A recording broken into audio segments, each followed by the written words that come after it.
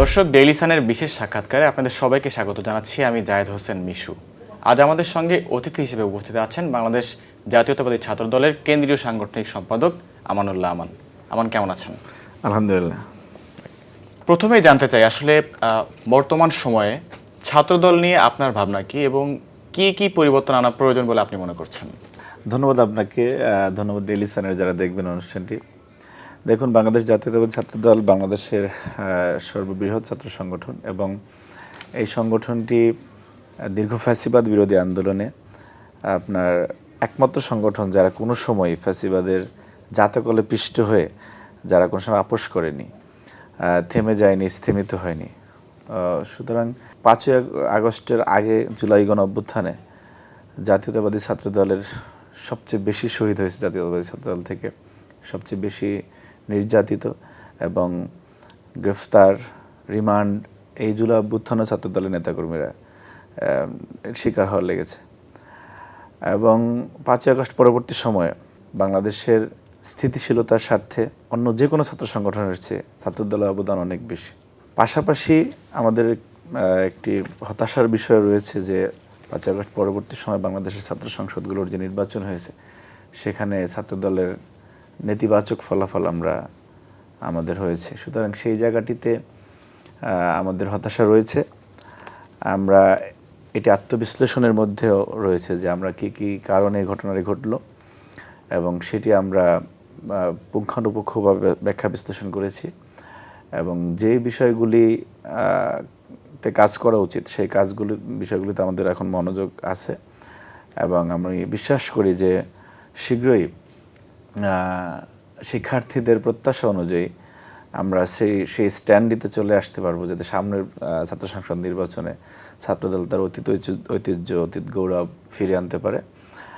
এবং পরিবর্তনের জায়গাটি দেখেন, আমাদের দীর্ঘ যে রাজনীতির ইতিহাস, বাংলাদেশের ছাত্র রাজনীতির ইতিহাস পৃথিবীর অপর যে কোনো দেশের চেয়ে একটু আলাদা, একটু না অনেকখানি আলাদা।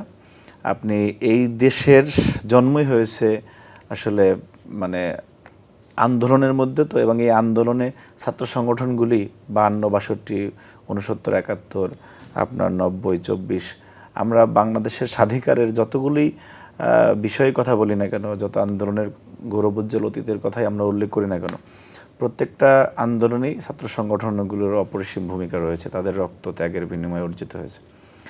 সুতরাং এই দেশে যদি আপনি ছাত্র রাজনীতিবিহীন রাজনীতি কল্পনা করেন, সেটা আসলে মানে একটা অলীক ধারণা হবে বলে মনে করি। তো সেই কারণে ছাত্র রাজনীতির এদেশের স্বাধিকার আন্দোলনে যে রকমের অনেক ভূমিকা রয়েছে, সেরকম কিছু নেতিবাচক দিকও রয়েছে।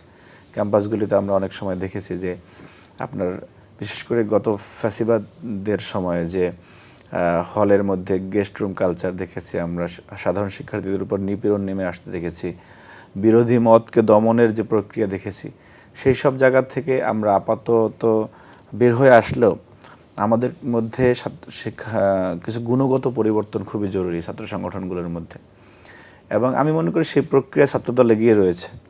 কিন্তু আপনি একটি পরিবারে সবগুলো ছাত্র সংগঠন মিলে আমি মনে করি যে এটা দেশের জন্য একটি পরিবার, কিন্তু আপনি একজন অনেক ভালো থাকলো বা হৃষ্টপুষ্ট থাকলে হবে না। এখানে এই প্রক্রিয়াটাকে আপনার কলুষমুক্ত করতে হবে। যেমন বিশেষ করে 5ই আগস্টের পরে আমরা একটি সংগঠনের মানে যে প্রকাশ্য রাজনীতির শুরু করেছে, কিন্তু তাদের রাজনীতির মধ্যে যে আমরা বিভিন্ন নেতিবাচক দিক দেখেছি, সেটির কারণেও ছাত্র রাজনীতির প্রতি সাম্প্রতিক সময় শিক্ষার্থীদের আরেকটি বিরূপ ধারণার জন্ম হয়েছে। যেমন আপনি একটি ছাত্র সংগঠনের কোনো নেতা মানে অপ্রকাশ্যে রাজনীতি করবে, এটা আসলে ছাত্র রাজনীতির জন্য একটি কলুষিত বিষয় বলে আমি মনে করি। সেটি তো রয়েছে, এবং 5ই আগস্টের পরে আমাদের বোনেরা যে পরিমাণ স্লাট শেমিং এবং সাইবার বুলিংয়ের শিকার হয়েছে, আমার মনে হয় এইটি আওয়ামী লীগের আমলেও এরকম ঘটনা ঘটেনি। আমি দেখেছি যে আমরা অনেক সময় ফ্যাসিস্ট হাসিনাকে নিয়ে অনেক তির্যক ভাষায় কথা বলতাম, কিন্তু ছাত্রলীগের নেতাকর্মীরা আমাদের ফেসবুকের কমেন্ট সেকশনে এসে এত বাজেভাবে গালাগালি করতো না, যেটি এখন শিবিরের নেতাকর্মীদের মাধ্যমে হয়। সুতরাং পরিবর্তন মানে একটা বিশেষ দিক থেকে হয়েছে, কিন্তু সামগ্রিক যে ইতিবাচক পরিবর্তন সেটি হয়নি। সেই কারণে আমাদেরকে মানে ছাত্র রাজনীতির আরও আমূল পরিবর্তনের জন্য প্রত্যেকটা ছাত্র সংগঠনকে স্ব জায়গা থেকে আসলে কাজ করতে হবে। সেটি লোক দেখানোর জন্য না, সেটি বস্তুনিষ্ঠভাবেই কাজ করতে হবে। আর যে সেটি করতে ব্যর্থ হলে 5ই আগস্ট যে কারণে এসেছে সেটি এর মর্মার্থ নষ্ট হবে। এবং যারা কিনা জুলাই অভ্যুত্থানের একেবারে নিজেদেরকে দাবিদার মনে করে, স্টেক হোল্ডার মনে করে, এবং তারা মনে করে জুলাইয়ের চেতনাকে তারা পরিপূর্ণভাবে ধারণ করে, সেই তাদের মাধ্যমে জুলাইকে কলুষিত করার সকল আয়োজন সম্পন্ন হচ্ছে। সুতরাং তাদের প্রতি আহ্বান থাকবে যে যে কারণে এতগুলি মানুষ জীবন দিল সেটি প্রকৃত অর্থে যদি আমরা অনুধাবন করি তাহলে তো আপনাদের মাধ্যমে আমাদের নারী শিক্ষার্থীরা হেনস্থা হওয়ার কথা না, কিন্তু সেটা হচ্ছে। আপনার জগন্নাথ বিশ্ববিদ্যালয়ের খাদিজাতুল কুবরা আপনার এবং ঢাকা বিশ্ববিদ্যালয়ে আমাদের যে একটি বোন আপনার মধ্য জুলাইয়ে যে তার যেদিন ছাত্রলীগ হামলা করলো তার একটা মানে লাঠিতে ভর করার চিত্র রোকেয়া হলের সামনে সেটি ভাইরাল হয়ে গেছিল, তন্নি। হ্যাঁ, তো তন্নি এবং খাদিজাতুল কুবরা যতদিন না শিবিরের বিরুদ্ধে কোনো কথা বলেছে তারা কিন্তু খুবই মানে সম্মানিত বোন ছিলেন। যখনই শিবিরের বিরুদ্ধে কথা বলেছেন সাথে সাথে তাদেরকে নিয়ে গালাগালি, তাদের এবং গালাগালির একটা লিমিটেশন থাকে, যেই শব্দ চয়নগুলো আপনি সামাজিকভাবে ব্যবহার্যই না, এই ধরনের অশ্রাব্য কদর্য ভাষায় তাদের উপরও দেখলাম যে শিবিরের বটা এগুলি হামলে পড়েছে। সুতরাং এই যে লোক দেখানো নৈতিকতা, লোক দেখানো ইমানের কথা, নীতি কথা বলা, এইটি যদি একটি সংগঠন করতে থাকে আর মুখে যখন আপনার ন্যায়ের কথা বলবে সেটি অনেক বড় ধরনের কন্ট্রোভার্সি তৈরি করে, এবং যার কারণে শিক্ষার্থীরা সাম্প্রতিক সময়ে আরও একটি মানে কনফিউশনের মধ্যে পড়ে গেছে যে না আসলে ছাত্র রাজনীতির কি কোনো পরিবর্তন হবে না। আপনি বলতে পারেন যে আপনি শিবিরকে নিয়ে অনেকক্ষণ বললেন, বিষয়ে এখন যে পরিস্থিতিটা এই পরিস্থিতির জন্য সম্পূর্ণরূপে তারা দায়ী। আমি আপনাকে একদম চ্যালেঞ্জ করে বলতে পারি, আপনি 5ই আগস্টের পরে আপনি আমাদের এত বড় সংগঠনের একজনকেও পাবেন না যিনি বিরোধী মতের হওয়ার কারণে ছাত্রদলের কেউ তার উপরে গিয়ে কমেন্ট সেকশনে হামলে পড়েছে। সুতরাং সেই দায়িত্ব আমাদের না। আমরা এই প্রতিবাদটি আপনার মাধ্যমে জানিয়ে রাখলাম। এটি আমাদের অনেক নেতারাই বলে থাকেন যে এখান থেকে শিবিরকে বের হয়ে আসতে হবে।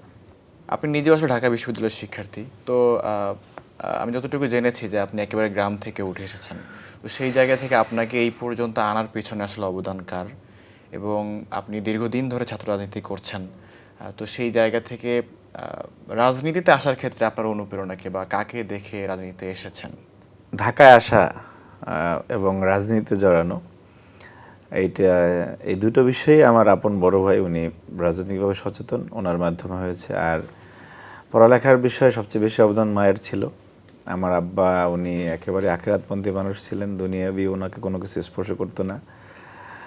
উনি বিশেষ করে মায়ের টেক কেয়ারের কারণে আসলে পড়ালেখাটা হয়েছে, এবং পরবর্তীতে বড় ভাই ঢাকায় উনি ব্যবসা করেন অনেক বছর ধরে, তো ওনার মাধ্যমেই আর কি রাজনৈতিক জার্নিটা শুরু। আর মা বাবার স্বপ্ন পূরণের কথা যেটি আপনি বলতেছিলেন, আব্বা তো দুনিয়া থেকে বিদায় নিয়েছেন, আর মা এখন আলহামদুলিল্লাহ আছেন, সুস্থ আছেন। তো যদি মানে যেই মকসুদ মঞ্জিলের কথা ভাবি আর কি, সেরকম কিছু হলে আমি মনে করি যে মায়ের স্বপ্নটা পূরণ হবে, কারণ মা রাজনৈতিকভাবে খুবই সচেতন।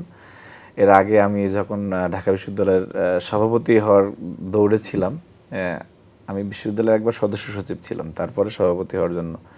তো তখন আমি মাকে বলতেছিলাম যে হয়ে যাবে।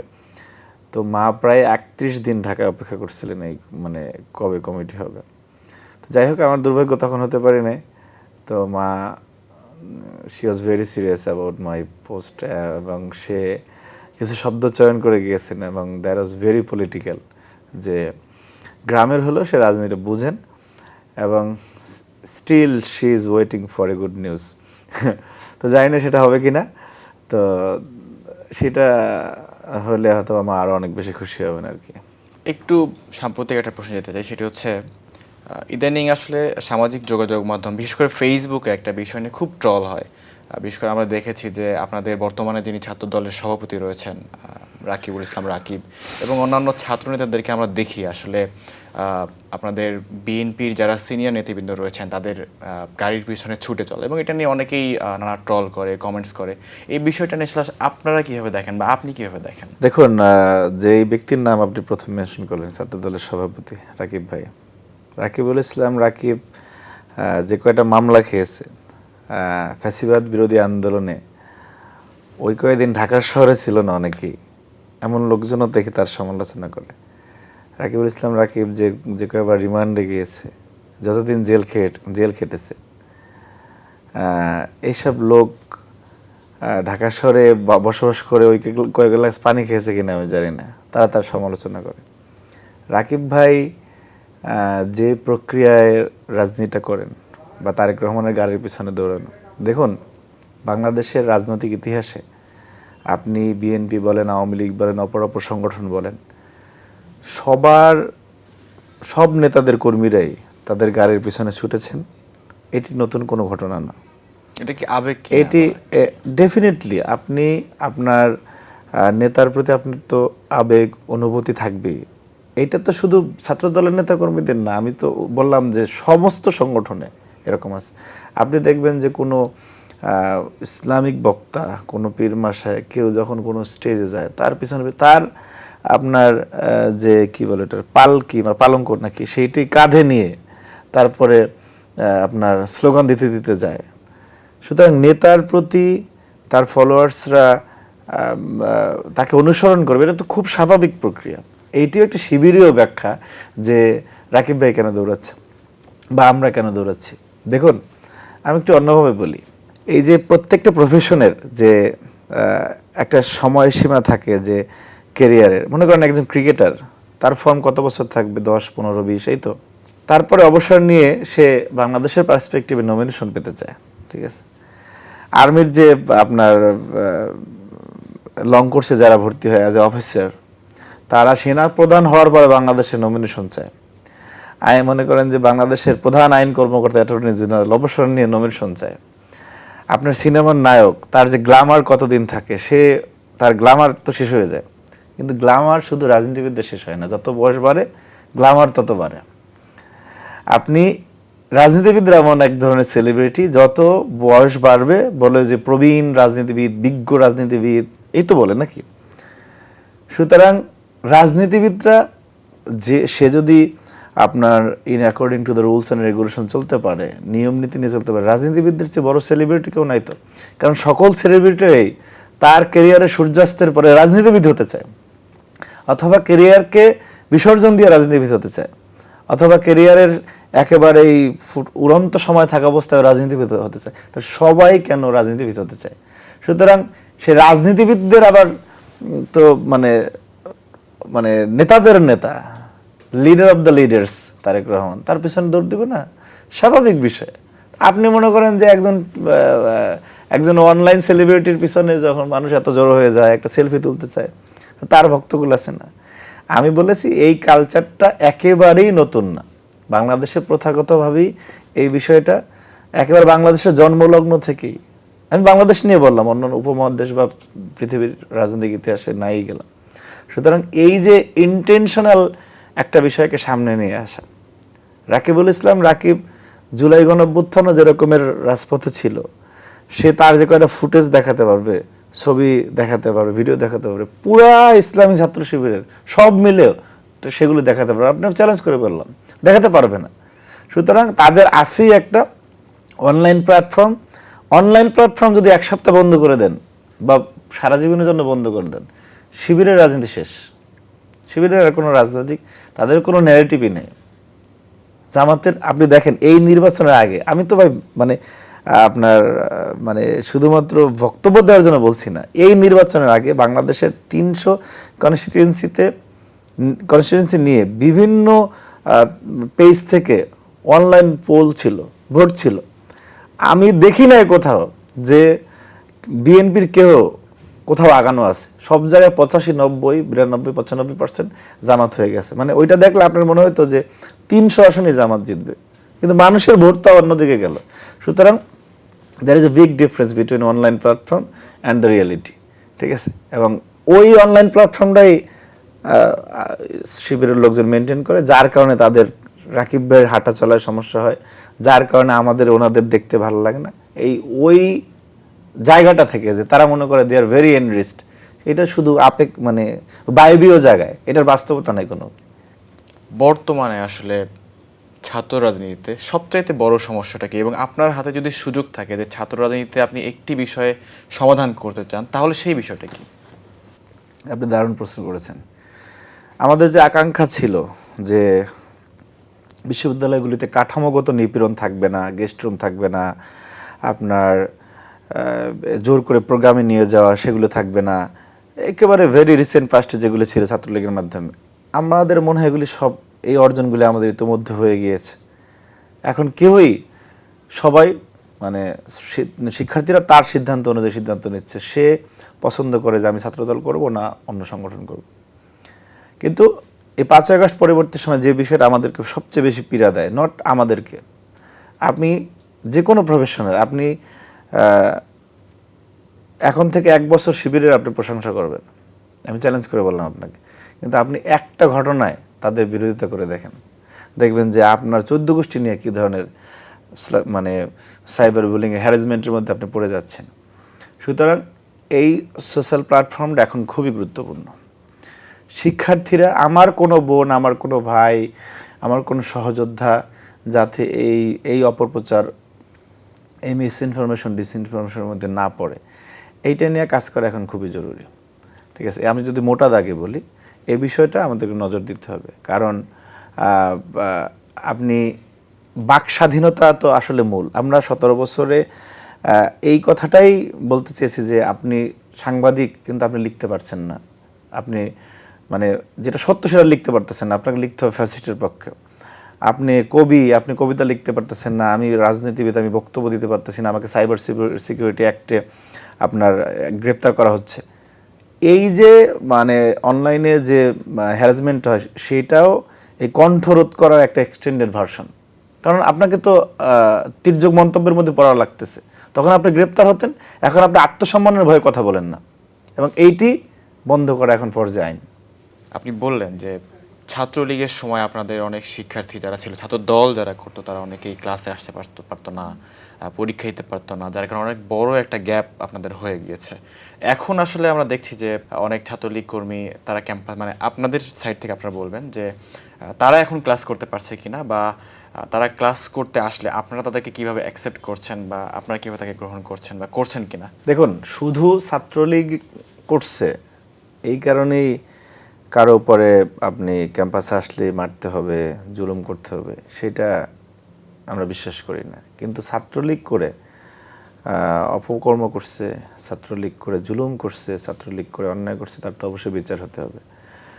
এবং সেটিও যে আমরা মানে সেটি কেউ কারো সন্ধান পেলে সেটা আইন প্রয়োগকারী সংস্থার কাছে ই করা হয়। আর শুধু ছাত্রলীগ করার কারণে যদি আপনি বিচার করেন, তাহলে তো আজকে শিবিরের অনেক সিনিয়র নেতার বিচার হওয়া উচিত। তাহলে তো এই যে অনেক এই সার্জিস এদের অনেকের বিচার হচ্ছে, এরা তো অনেকে পদে ছিল। সুতরাং আপনি একটি সংগঠন করতেই পারেন, বাট আপনি অপরাধে জড়িয়ে গেছেন কিনা। কিন্তু এখন যেহেতু রাষ্ট্র কর্তৃক একটি বিধিনিষেধ রয়েছে পুরো সংগঠনের উপরেই, আমার মনে হয় যে তাদের মানে বিচার হওয়ার আগে পলিটিক্যালি তাদের অ্যাক্টিভিটিগুলি না চালানোই ভালো। যারা ছাত্র রাজনীতির সাথে জড়িত, তো দেখা যায় তাদের পরিবারের অনেকেই বলে যে মানে রাজনীতি পছন্দ না। তো ছাত্র দল বা ছাত্র রাজনীতিটা আসলে ছেড়ে কখনো বের হওয়া যায় কিনা, বা কখনো সম্ভব কিনা, বা চেষ্টা করেছেন কি? ছাত্র রাজনীতির জন্য গার্লফ্রেন্ড ছেড়ে দিয়েছে, যে গার্লফ্রেন্ড অথবা তার পরিবারের লোকজন বলেছে যে রাজনীতি করতে পারবে না, কিন্তু সে গার্লফ্রেন্ডকে ছেড়ে দিয়েছে, রাজনীতি ছাড়ে না। ছাত্র রাজনীতির জন্য আপনি দেখবেন যে চাকরি ছেড়ে দিয়েছে, ছাত্র রাজনীতি ছাড়ে নাই। ছাত্র রাজনীতির জন্য যে মা বাবা এত কষ্ট করে বড় করছে তাদের অবাধ্য হয়েছে, কিন্তু রাজনীতির অবাধ্য হয় না। সুতরাং এটি অনেক বড় মোহের বিষয়, অনেক বড় আবেগ, অনেক বড় প্রেমের বিষয়, যে সকল প্রেমকে টেক্কা দেয় রাজনীতির প্রেম না। আমি I have never ever tried that যে আমি ছাত্র রাজনীতি ছেড়ে বের হব, কারণ আমি ছোটবেলায় যখন আমাদের বরিশাল অঞ্চলে এক প্রকার ধান হয়, মোটা ধান, সেই গাছগুলো অনেক বড় হয়। এটা বড় পরিণত হওয়ার পরে যখন একটা বাতাসের ওয়েভ আসে না, তখন এটি এরকম করে। তা আমার কাছে মনে হতো দেওয়ার দ্য অডিয়েন্স, আমি তাদের এখানে দাঁড়ায় বক্তব্য দিতাম ছোটবেলায়। মানে একদম ছোটবেলা থেকেই পলিটিক্যালি কনসাস। এবং ছাত্র রাজনীতিতে অনেকে আপনার পদ টদ পাওয়ার পর অনেক স্বপ্ন দেখে, কিন্তু আমি স্বপ্ন দেখেই পদ পাওয়া শুরু করেছি। ঠিক আছে, আমি ছাত্র রাজনীতি করব, ছাত্র রাজনীতির শীর্ষ জায়গায় যাব, এইটা একদম ছোটবেলা থেকেই। হ্যাঁ, তো সুতরাং এটি ছাড়ার চিন্তা কোনোদিনও করি নাই আমার কাছ থেকে। হয়তো বা অনেকে করে, জীবনের ঘূর্ণিপাকে মনে করেন যে করতে হয়, কিন্তু এই মোহ, এই প্রেমের চেয়ে কেউ যদি একবার ভালোবেসে ফেলেই আর কি ছাত্র রাজনীতিকে, আসলে এখান থেকে বের হওয়া যায় না কেউ পারে না। যদি ভালোবেসে ফেলে। আর যদি ইন্টেনশনালি আসে, অনেকে আছে যে একটা দেখা গেছে যে একটা সংগঠন করলো, সেই দলটা যদি একটু ভালো জায়গায় থাকে, সুবিধা নেয়, এরকম কিছু লোকজন থাকে। কিন্তু কেউ যদি ভালোবাসে ছাত্র রাজনীতিকে, তাহলে এখান থেকে দূরে যাওয়ার কোনো সুযোগ আছে বলে আমি মনে করি না। জি, আপনাকে অসংখ্য ধন্যবাদ আমাদেরকে সময় দিয়েছেন। আপনাকে ধন্যবাদ, ডেইলি সাইনের যারা দেখবেন তাদেরকে অসংখ্য ধন্যবাদ এবং কৃতজ্ঞতা। দর্শক, আজ এই পর্যন্তই। আবারও যুক্ত হবো অন্য কোনো পর্বে অন্য কোনো অতিথির সঙ্গে। সেই পর্যন্ত সবাই ভালো থাকুন, সুস্থ থাকুন, ডেইলি সানের সঙ্গেই থাকুন।